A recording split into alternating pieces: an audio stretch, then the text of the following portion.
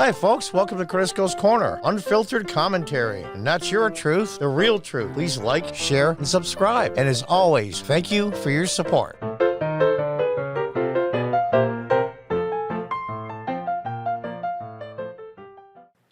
Hi, folks. Welcome back. From the Washington Examiner. That mental pygmy, Carl Bernstein, who I admired many years ago when I was young, when they broke the Watergate case. I don't know what's happening to these people. I really don't. I'll just say this before I start. I don't think Carl Bernstein will bring in the potato salad to the next Mensa picnic. We'll just leave it at that. Carl Bernstein calls for investigation into supporters of psychopath Trump. Watergate sleuth Carl Bernstein says supporters of former President Donald Trump need to be investigated as part of a broader examination beyond the Capitol riot. During a recent interview on CNN, where he basically lives so he can promote his books, there's that 30-40% that believe this crap. That's why these people just keep doing it. It's about money. During a recent interview on CNN, before I continue, I don't mean to interrupt again, but I wonder what these guys pay every time they come on a news network. I know they got to be paid, right? Interview on CNN, Bernstein warned there is, and I quote, a kind of civil war in this country ignited by Donald Trump, who may yet again run for the White House in 2024. And he argued a coup attempt took place on January 6th that was propped up on lies about a stolen election in 2020, and a large number of Republicans continue to believe in. If that was a coup attempt rather than just a riot, it sucked. That was one of the worst coup attempts in the history of the world. Only coup attempt I know of where the police that were guarding the place that was being rioted on let people in and opened the door, took selfies with them and talked to them. It was a bunch of people acting stupid. Let's just leave it at that. Let's say that perhaps, you see, this is where they get, this is where when he calls somebody a sociopath or a psychopath, he can't use the name directly because Trump's got a whole building full of lawyers that come after his ass.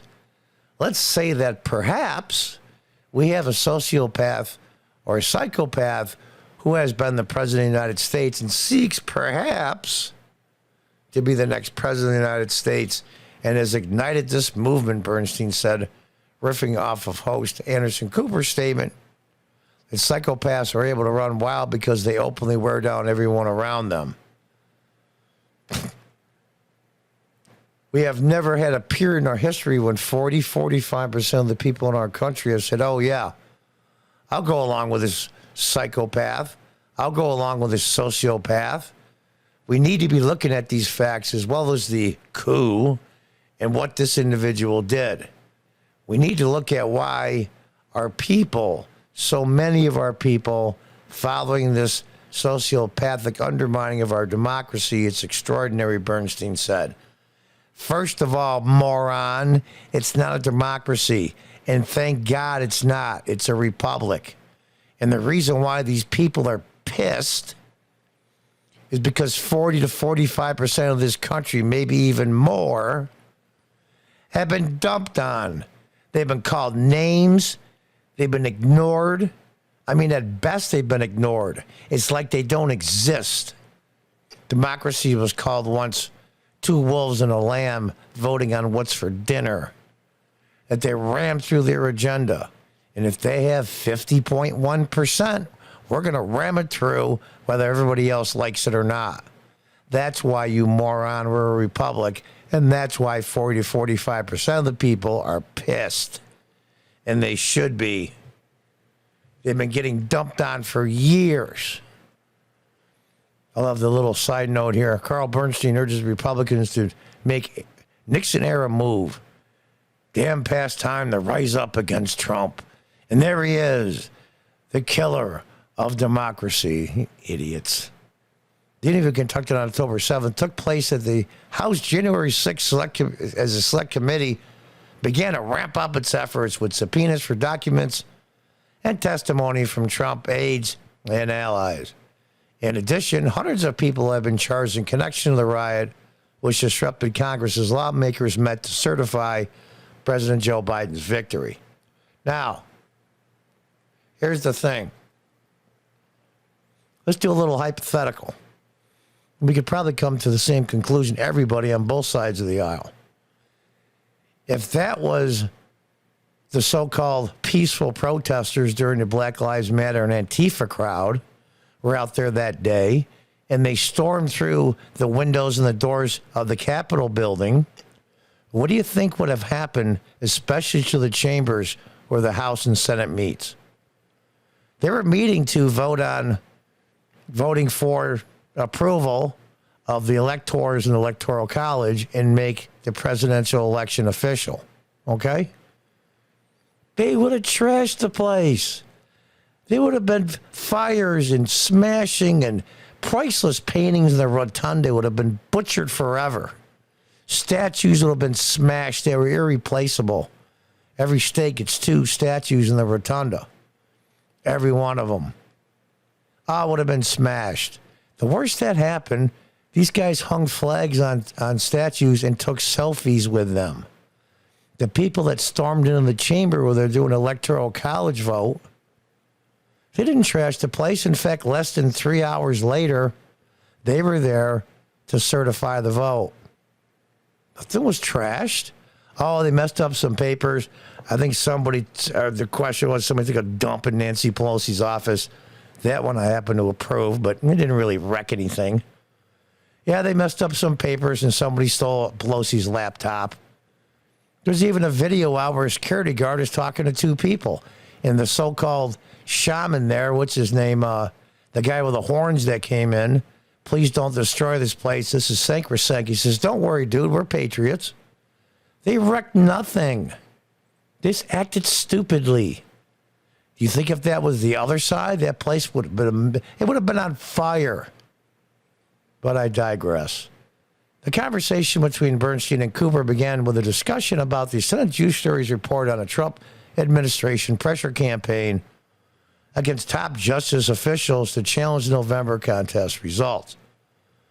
A GOP rebuttal report led by Senator Chuck Grassley stressed available evidence that shows Trump followed the advice and recommendations of his seniors and advisors and did not use the Justice Department to overturn the election, which prompted criticism from Bernstein. What? Stressed available evidence that showed Trump followed the advice and recommendations of his senior advisors and did not use the Justice Department. In other words, he didn't use government to go over his political enemies. And for that, he was criticized? Chuck Grassley was once a really honorable man with a terrific record. Serving his party, said the 88-year-old Iowa Republican. He said of the 88-year-old Iowa Republican who was seeking re-election in 2022. And it is a long time ago. He had that Anderson said the same. Because what he is doing is a disgrace. Trump followed the advice and recommendations of his senior advisors and did not use the Justice Department to overturn the election. He did the right thing. In November, Bernstein unveiled a list of 21 Republican senators who privately expressed extreme contempt for Trump. You don't have to like them. You really don't. When they really in the surgery, you want the best surgeon, you want the nicest one. Duh. Extreme contempt for Trump. On that list was Grassley, whose office shot back at the journalist. Mr. Bernstein's sources clearly aren't what they used to be. This simply isn't true. Senator Grassley's been a strong supporter of the president, at the same time has made it no secret that he disagrees with the president. There's no difference between what Senator Grassley says publicly and privately, a Grassley spokesman told the Washington Examiner at the time.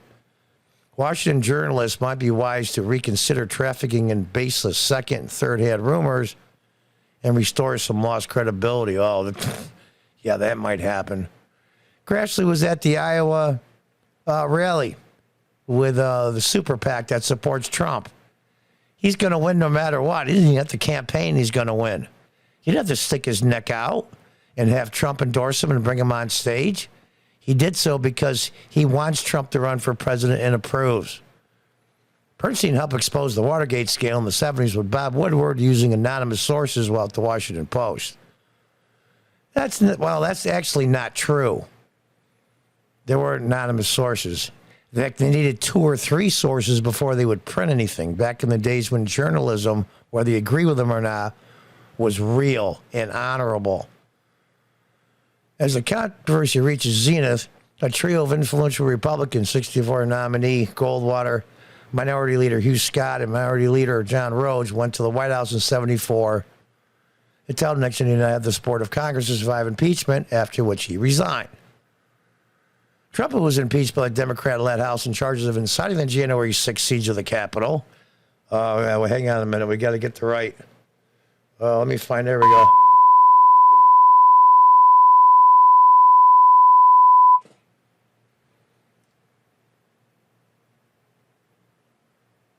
Trump, who was impeached by the Democratic-led House on the charge of inciting the January 6th siege of Congress, was acquitted by a GOP-led Senate despite 7 Republicans voting to convict. Bernstein said this shows the GOP is playing dirty to win elections despite how they feel personally. The Republicans went to President Nixon, said, Mr. President, the evidence is overwhelming. You're going to be impeached. Do the country a favor and resign, which he did. Trump, on the other hand, knew day one of the 2 impeachments, he knew, and so did everybody else in the room, including all Democrats and their allies, that Trump would not be impeached. They knew this. It was a huge virtue signaling proposition. What the Republican Party is doing today is unprecedented in our history, going along with the subversion of the Constitution of the United States. Oh, really? How about our laws? How about the First, Second Amendment, the Fourth Amendment, letting in millions of unlawful people in the country? That kind of subversion? This is not about a set of unknown facts. It's very clear these people in the Republican Party what happened. They want to win and prevail in this civil war at any cost, he said. This is pure and simple what they call deflection. Look it up. What it basically means is what you accuse your opponents of is what you're doing. And the cost of the country is something we have not seen since 1860 to 1865, the Civil War. This is the only period in our history we can look back when the forces of undemocratic, to say the least, but when the forces gathered to undermine our unity as a country and what we stand for and who we are. We are in a similar period right now in which that's all we need to be covering as well in the media. What is going on in our country that is allowing this to happen? We need to find out what's on people's minds if they're going to go along with this, he said. Dun, dun, dun. That is the only period in our history we can look as to when the forces of undemocratic, to say the least, but when the forces gathered to determine our unity as a country and what we stand for and who we are. Unfreaking believable. Well, you know, if there's small children around, I have to say this concerning Mr. Bernstein. Well, maybe I won't use the word. Well, I'll put it to you this way. This whole entire article concerning him, not the person that wrote it, but the topic, the person in the article, is what the matador steps in when he leaves the ring. Until next time, goodbye and good luck.